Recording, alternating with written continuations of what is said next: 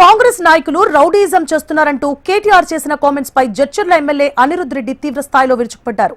గడిచిన 2 ఏళ్లుగా జడ్చర్లలో ఇలాంటి గొడవలు లేకుండా కాపాడుకుంటూ వస్తున్నామని, నసరులాబాద్ పంచాయతీ ఎన్నికల్లో కాంగ్రెస్ అభ్యర్థి గెలిస్తే టీఆర్ఎస్ నాయకులు గొడ్డలతో కొట్టారన్నారు.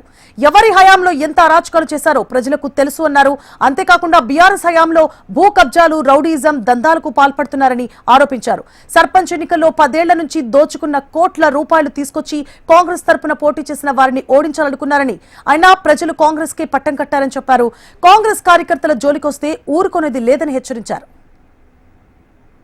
నిన్నగాక మొన్న కేటీఆర్ గారు ఏదో మాట్లాడినారు, రౌడీజం చేస్తుండ్రు కాంగ్రెస్ నాయకులు అని చెప్పేసి. కేటీఆర్ గారిని ఒక్కనే అడుగుతున్నాను, నిన్న నసరులాబాద్ తాండలో మా కాంగ్రెస్ అభ్యర్థి గెలిస్తే మీ బీఆర్ఎస్ నాయకుడు గొడ్డలతో కొట్టినారు.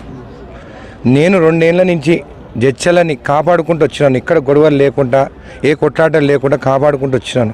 ఇదేనా మీ బీఆర్ఎస్ నాయకుల సంస్కృతి? మహబూబ్ నగర్ జిల్లాలో మహబూబ్ నగర్ కానీ జడ్చర్ల కానీ మీ బీఆర్ఎస్ పాలనప్పుడు ఎంత అరాచకం చేసిందో అందరికి తెలుసు.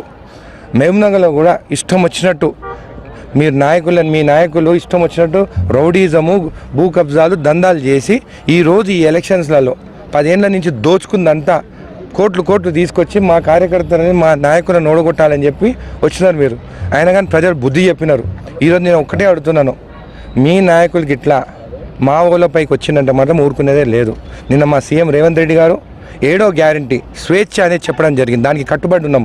కానీ ఇప్పటి నుంచి మాత్రం మీ వాళ్ళు ఎవరైనా కానీ మా వాళ్ళపైకి వస్తే మాత్రము నేను కూడా జడ్చర్లలో కన్ను ఎర్ర చేసుకోవాల్సి వస్తుందని చెప్పి తెలియజేస్తుంది.